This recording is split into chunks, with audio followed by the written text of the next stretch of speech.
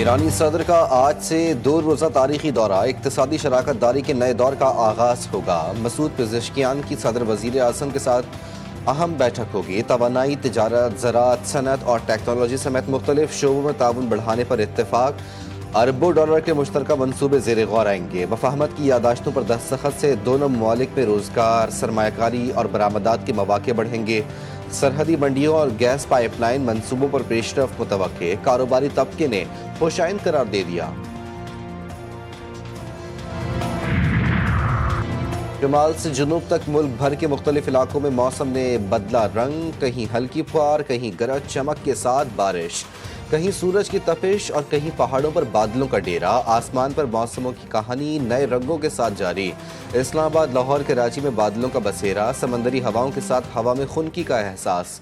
بارش کے امکانات روشن۔ ایبٹ آباد میں بادل جم کر برسے۔ ٹھنڈی ہواؤں سے موسم خوشگوار۔ گرمی اور حبس کا زور ٹوٹ گیا۔ خیبر پختونخوا میں مزید بارشوں کا انتباہ۔ برساتی ندی نالوں میں طغیانی کا خدشہ۔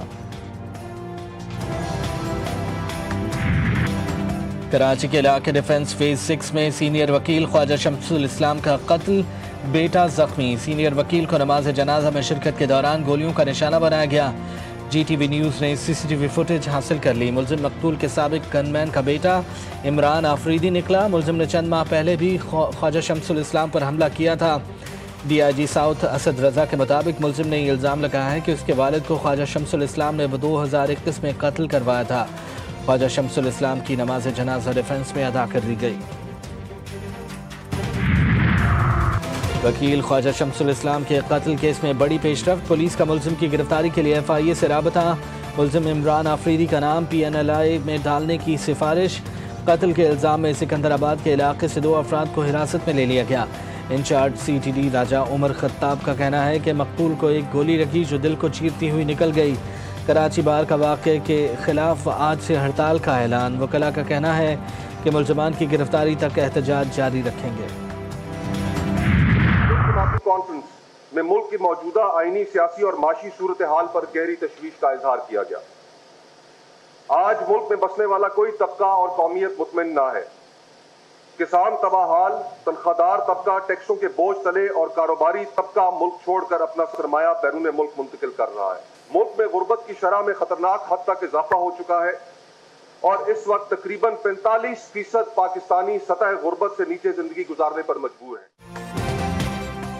اپوزیشن کو دیوار سے لگانے کی کوشش۔ ہائیبرڈ نظام ملک سے اپوزیشن کا مکمل خاتمہ چاہتا ہے۔ تمام جماعتوں کے درمیان گرینڈ ڈائیلاگ کیا جائے۔ ملک کو چیلنجز سے نکالنے کے لیے مشترکہ حکمت عملی کی ضرورت ہے۔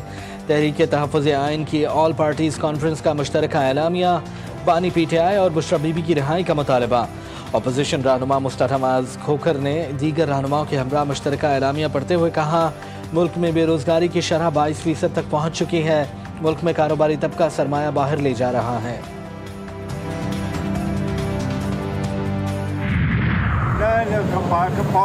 پولیٹیکل پارٹیز میں ٹیکس آف 2020 والی چیزیں نہیں ہوتی۔ فی الحال ایک دن کا ہمارا ہے کہ 5 تاریخ کو جو ہماری ریلیز ہے وہ پورے ملک میں ریلیز ہوگی۔ آئندہ کالا عمل کیا ہوگا وہ ہم آپ لوگ کے سامنے رہیں۔ تحریک انصاف کا اسٹیبلشمنٹ سے پھر مذاکرات کی خواہش کا اظہار۔ چیئرمین PTI نے کہا 5 اگست کو شہر شہر احتجاج ہوگا۔ فی الحال احتجاج صرف ایک ہی دن کا ہوگا۔ سلمان اکرم راجہ بولے، تحریک انصاف ملک میں حقوق کی جنگ لڑ رہی ہے۔ فیصلہ سازوں سے التجا ہے کہ وہ پاکستان کے لیے ہم سے بات کریں۔ یہ جنگ ہم اس لیے لڑ رہے ہیں کہ پاکستان کا غریب 78 سال سے محکوم ہے۔ پاکستان کے غریب کو 78 سال سے دھمکایا جا رہا ہے۔ کل کا دن، کل کے 2 دن تاریخ تھے۔ سزائیں آئیں اس انداز میں کہ جس کا کہیں بھی میں سمجھتا ہوں تصور نہیں ہے۔ کسی مہذب ملک میں اس طرح سزائیں نہیں دی جاتی۔ تو ہم التجا کرتے ہیں، ہم کہتے ہیں ان کو جو فیصلہ ساز ہیں کہ ہمارے ساتھ بیٹھو۔ بانی PTI کے بیٹے قاسم اور سلیمان کا ویزوں کے لیے پاکستان ہائی کمیشن سے رجوع۔ علیمہ خان کہتی ہیں کہ بانی کے بیٹوں نے لندن میں پاکستانی ہائی کمیشن میں ویزوں کے لیے درخواست دی ہے۔ سفیر نے بتایا ہے کہ وہ اسلام آباد میں وزارت داخلہ سے منظوری کی منتظر ہیں۔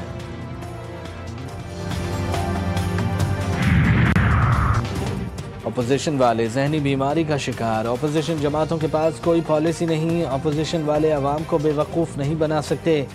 ناکامی PTI والوں کا مقدر ہے۔ وفاقی وزیر اطلاعات عطا تارڑ کی لفظی گوراباری۔ کہا تحریک انصاف والے شرطیں لگاتے تھے کہ ملک کب ڈیفالٹ کرے گا، زر مبادلہ کے ذخائر میں اضافہ اور مہنگائی میں کمی ہوئی، حکومتی اقدامات سے معیشت درست سمت میں گامزن ہے۔